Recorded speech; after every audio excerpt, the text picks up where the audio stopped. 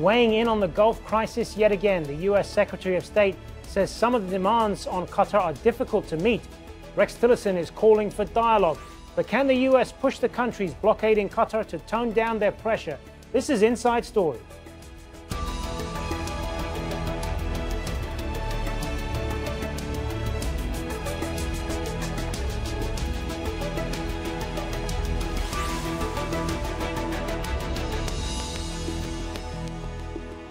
Hello and welcome to the program. I'm Hazem Sika. On Friday, Saudi Arabia, the UAE, Bahrain and Egypt gave Qatar 10 days to comply with a list of 13 demands to resolve the Gulf crisis. It includes shutting down this network and aligning Qatar's foreign policy with that of the GCC, among other demands. Qatar has rejected the list, saying it violates its sovereignty. Meanwhile, the US is calling on all sides to sit down and talk. The statement from Secretary of State Rex Tillerson says while some of the elements will be very difficult for Qatar to meet, there are significant areas which provide a basis for ongoing dialogue leading to resolution. A productive next step would be for each of the countries to sit together and continue this conversation. We believe our allies and partners are stronger when they are working together towards one goal, which we all agree is stopping terrorism and countering extremism. Well, Tillerson also encouraged the countries to lower their rhetoric to ease the tension. So what role is the US playing in resolving the Gulf crisis? Well, James Bays has more from Washington. This is the first official statement from the State Department since that list of 13 demands was presented to Qatar. The only other statement from the administration was some brief words by the press secretary Sean Spicer on Friday when he said it was a family matter that he wanted resolved as quickly as possible. It's worth reminding you that before the countries that are blockading Qatar presented their demands, the State Department said that those demands should be actionable and reasonable. And it's worth pointing out that in this new statement it says while some of the elements will be very difficult for Qatar to meet, there are significant areas which provide a basis for ongoing dialogue, suggesting to me that the State Department does believe that some of those 13 demands are not actionable or reasonable. The State Department says it wants all of the countries to sit down and talk about this further. It's praising the efforts of Kuwait as a mediator, but of course Kuwait has been involved in mediation since the very beginning of this crisis, and I don't think this statement really brings anything new that can help resolve the situation, although of course the State Department has made it clear from the beginning it wants to see this row ended as quickly as possible, in part because of the strategic importance of Qatar hosting the US's biggest military base, air base in the Middle East at a time when the US-led efforts to retake Raqqa in Syria and Mosul in Iraq are at a crucial phase.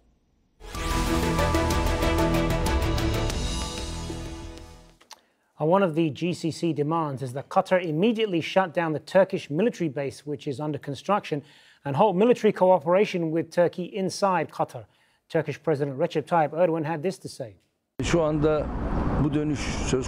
Demanding that Turkey pull its soldiers is disrespectful towards Turkey. Are we supposed to seek permission any time we make defense cooperation agreements with the country? We believe the list of demands contradicts international law, because there shouldn't be this kind of attack on state sovereignty. But that's what we are seeing here. Iran's President Hassan Rouhani also reacted to the demands on Qatar. The Gulf nations are demanding that Qatar reduce its diplomatic ties and cut off military and intelligence cooperation with Iran. But Rouhani has told Qatar's emir that Tehran will stand by Qatar's government. Iran's airspace, ground and sea will always be open to Qatar as a friendly nation. Well, let's bring in our guest now. Joining us here in Doha is Abdulaziz Al-Horr, CEO of the Qatar Finance and Business Academy. In Istanbul, we had Ahmed Burai, lecturer at Istanbul Aydin University. And from Washington, Man Leverett, a former White House and State Department official. Good to have you all with us. So, Man Leverett, if I could start with you. What do you make then of this latest statement from the US Secretary of State, Rex Tillerson? Will it do anything to calm these tensions down? Well, I think it depends on your perspective of how you want things calmed down. I think the statement by Secretary Tillerson, in my view, unfortunately, is a walk back to where we were maybe even a week or two ago when President Trump in the Rose Garden said that Qatar was going to have to make hard but necessary decisions, that the U.S. support of the Saudi and Emirati position was hard but necessary. And I think that Secretary Tillerson's statement, June 25th statement, is really a reversion back to that position and shows how much the White House controls this issue, notwithstanding some of Secretary Tillerson's prior statements that may have been more sympathetic to Qatar, more sympathetic to a negotiated settlement. Abdulaziz Al-Horr, what do you read from this statement? Hazem, first let me just stress that this list of demand is an official list of demand. Neither party has released the official list, but nobody even denied the list. So what we're talking about, or what we're discussing, are speculations, need to be taken with some cautious. But my concern that the White House and Pentagon and State of Department and the U.S. position related to the crisis has not been consistent. So the inconsistency is there for the last 3-4 weeks. From one side, the White House is accusing Qatar and openly accusing Qatar of funding terrorism. Pentagon is appreciating Qatar and considering Qatar as a strategic partner against terrorism. The State of Department is playing in the middle ground, trying to hold the stick from the middle. Therefore, I don't think that the U.S. is really qualified to end this crisis in a very stable, very, I would say, right approach. Ahmed Burai, where do you see Turkey's role in all of this right now? Turkey basically is looking at this rift as a matter of a geopolitical change in the whole region.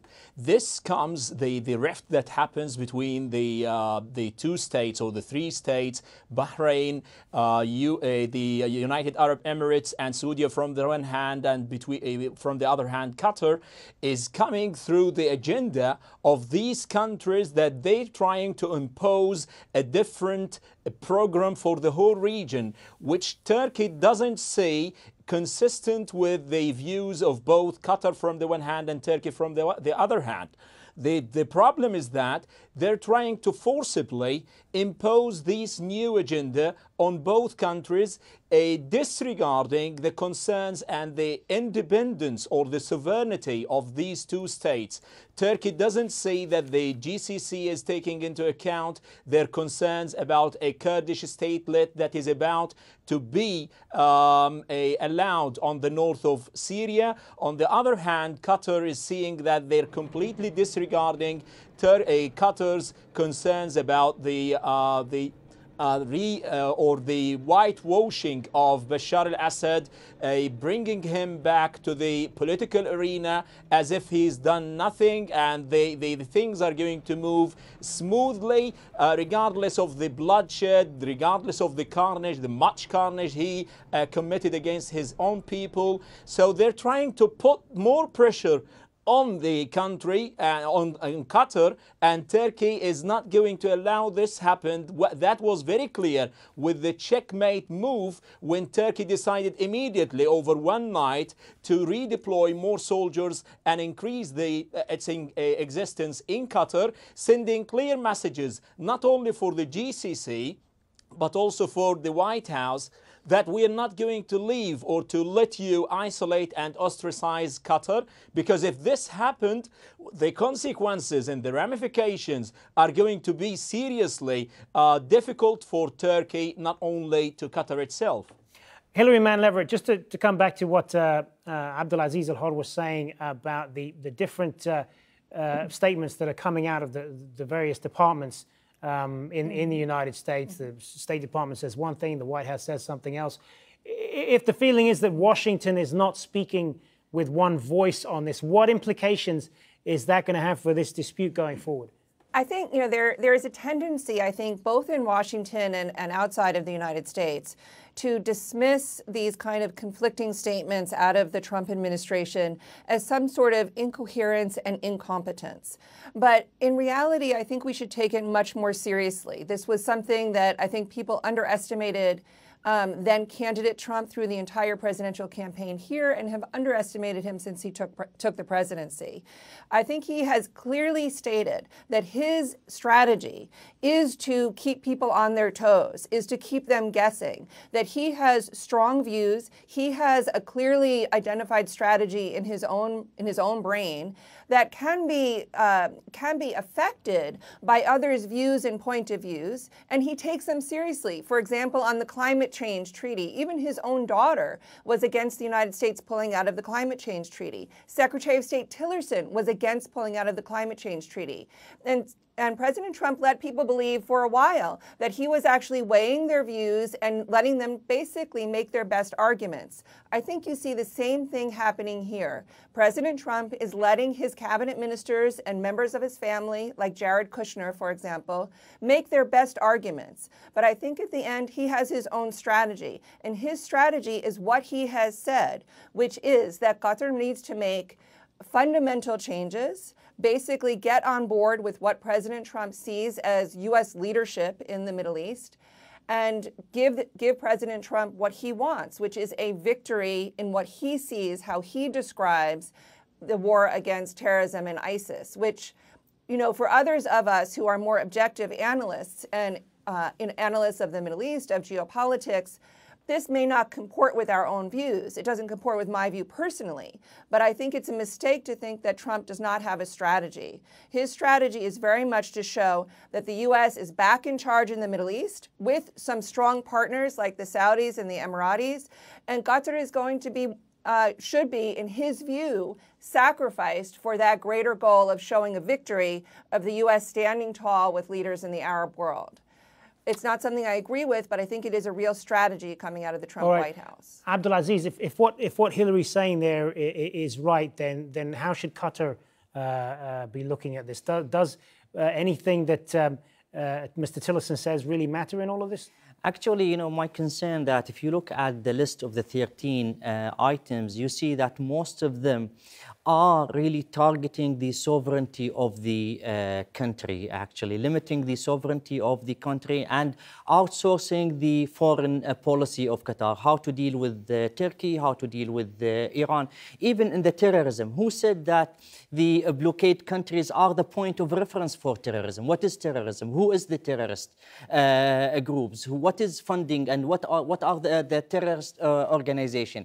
From one side, they are considering, for example, the Muslim Brotherhood as terrorists. Tillerson himself, that he said we cannot just label Muslim Brotherhood as a terrorist group. So my concern that the point of reference is lost here. We have to really agree on what is the point of reference in everything. I mean, to shape the relationship with countries, this is like the sovereignty of any country and the independence of any countries to decide how to deal and how to partner with other countries, to whom to give asylum, to whom to give nationality and not to give nationality, to form a follow-up team and mechanism for 10 years. So most of these points are to the heart of the sovereignty of this country and the independence of this country. Therefore, I think these points are very, very difficult to meet,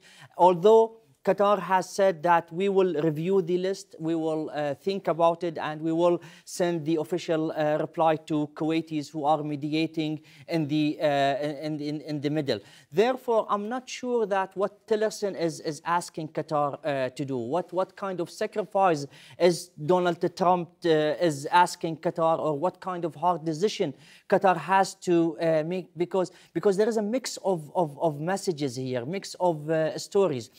The bottom of the whole crisis, in my opinion, is the sovereignty and independence of this country, plus that redefinition of the centers of power in the whole region. Therefore, they are after the freedom of speech. They are after Al-Jazeera. What Al-Jazeera has to do with the crisis if the issue is the terrorism or the Iran or Turkey? Therefore, these mixed messages does not really make it easier on Qatar or even on the both parties to sit on the table with a clear, transparent dialogue to end this crisis. Ahmed al-Burai, 2 days after these demands were released, the Turkish president reiterated his support for Qatar and called these demands as being against international law. So it would seem that this has had the effect of bringing Turkey and Qatar closer together, which would be the opposite of what this Saudi-led coalition is trying to do, isn't it? For Turkey, again, what is the most important thing? President Erdogan always reiterating that Turkey is not trying to take any side. What is important is the stability of the whole region. Having the GCC bloc as one stabilized entity is in favor of Turkey and the whole region. The whole region is already in an unprecedented turmoil, in a very tumultuous environment where nobody is trying to act. So we are not keen to see another turmoil in the Gulf countries. For Turkey, again, it is unacceptable that to leave country like Qatar that supported them, unequivocally supported Turkey after the coup of July 15th, 2016. They're not going to let them ostracize Qatar. This is from the one hand. From the other hand, the two countries are two independent countries who have the right to practice their sovereign powers by having a military deals, where that deal was in 2015, where they have the military base in Qatar. And even President Erdogan told the king himself yesterday, he reiterated this, that if the kingdom itself is interested in having a base in Saudi Arabia, Turkey is ready to do that. So the point is not to taking any side of this, but you as a Gulf country, as a Gulf bloc, should also respect the other countries and should also show some respect to Turkey as a big regional power in the region. That's from the one hand. From the other hand, a very important point for Turkey is that they believe that their soft power is not enough to stabilize and to extend their arms in the region in a matter to serve their own national security here in Turkey. The proactive measures that happened militarily, starting by the Euphrates Shield operation, is now enhanced by more proactive measures. Yesterday, President Erdogan said clearly and bluntly that Turkey, with its military, with the army, with every organization in the government, they're not going to allow a statelet for the Kurdish militias in the north of Syria. On the other hand, they're saying to the Gulf countries, yeah, you're able to withdraw your deals, your economic ties with Turkey, you can downsize them, but still Turkey is a powerful country. You cannot practice this kind of blackmailing, or you cannot at least make use of its relations with Qatar in order to weaken the stances of Turkey in the region. That's why Turkey is very vehement on its stances related to this rift in the region. Hilary Man Leverett, if what you were saying earlier that this may be part of a deliberate strategy on the part of the US government to put out these different opinions, then whose opinion is President Trump likely to listen to most? Is it Tillerson? Is it the Defense Secretary Mattis? Is it Jared Kushner? I mean, who's likely to have his ear? Within the White House, you have some people who I would maybe call ultra-nationalists, someone like Steve Bannon, who I think still has a very powerful and important voice within the White House. But again, I think this is really President Trump, his own initiative, excuse me, It was his initiative to make his first foreign trip as U.S. president to Saudi Arabia, an unprecedented move by a U.S. president. And I think it was very deliberate to show the American public and international publics that notwithstanding, or even because of President Trump's very poor treatment of and disparaging of Muslims during the U.S. presidential campaign, that maybe even because of that, he was going to go to the heart of the Muslim world, to Saudi Arabia, and be welcomed there as a king himself, and be able to speak to Muslim leaders and tell them about Islam, and that they would then follow him in his, in his quest against ISIS. This is very much of a public relations political victory for President Trump here in the United States, and I think that he believes more broadly. I think it's really dangerous to underestimate that kind of political, even crass political calculation by the president himself. But then I think if you take what other voices are saying here in Washington, for example, the ambassador of the United Arab Emirates spoke to journalists here in Washington a week ago and was asked about Secretary Tillerson's comments, particularly his one comment that he was astonished that the Emirates and Saudi Arabia had not come up yet with their list of demands for Qatar. And Ambassador Otaiba, the Emirati ambassador here, said, well, the State Department is not really important to listen to. They're not the power center. So I think there is very much of a strategy coming from the White House that will allow Secretary Tillerson and Secretary of Defense Mattis to make their best arguments. But their best arguments will have to overcome the the political prize that I think President Trump sees by aligning himself with what he sees as strong new leadership out of Saudi Arabia and the Emirates to join together in some sort of U.S. Arab Muslim initiative that welcomes American power back to the Middle East. It is very much of a crass political calculation, and Qatar is just, something that has to be sacrificed, I think, in his view, along the way. It's not important to the Trump administration who actually leads Qatar. So this question of sovereignty is not something, that we should necessarily see that the White House takes so seriously. Whoever rules Qatar and allows the U.S. to have their air base there, that's fine, I think, in terms of the Trump administration's perspective. Let's talk about that more with Abdulaziz Al-Horr. The U.S., very large U.S. airbase that the U.S. military has here in Qatar. Where does that fit into all of this? Is this one of the best, the best defense that Qatar has in all of this? Actually, if I just comment on what Hillary just has said, even in Donald Trump's visit to Riyadh, he literally said, Qatar is a strategic partner against terrorism. This is Donald Trump. This is his own statement actually talking about Qatar. So what is his position? Is Qatar a strategic partner against terrorism or not? He is giving also these conflicting messages. I wish that he was really clear and consistent throughout. So even with Donald Trump himself, I'm not sure that what is his message and his position. So he's making everybody is confused. Maybe this is a new strategy. Therefore, I call this in the United States, this is uncertain leadership era.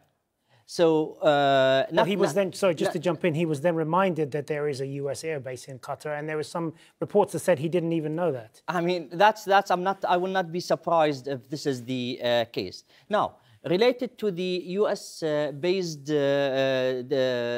military base in Qatar, as Hillary said, this cannot be touched. This is untouchable base, actually. For us, we don't depend on the U.S. military base to defend Qatar, actually. We have to have our own measure, our own actions, our own measures to protect ourselves and to position ourselves. And there was never been in the vision of this country that this base is to protect Qatar. This is for the stabilization of the whole region, not to use this military base against anybody. So we don't trust and we don't think that this military base can be trusted to protect Qatar or to really do anything like this. All right, we've got to leave it there. Thanks very much, Abdul Aziz Al-Horr, Ahmed Burai in Istanbul, and Hillary Man Leverett in Washington. Thanks very much for being with us. Thank you. And thank you too for watching. Remember, you can see this program again anytime by visiting our website, aljazeera.com. And for further discussion, you can go to our Facebook page. That's facebook.com/AJ Inside Story. You can also join the conversation on Twitter. Our handle is @AJ Inside Story. For me, Hazem, Sika, and the whole team here, bye for now.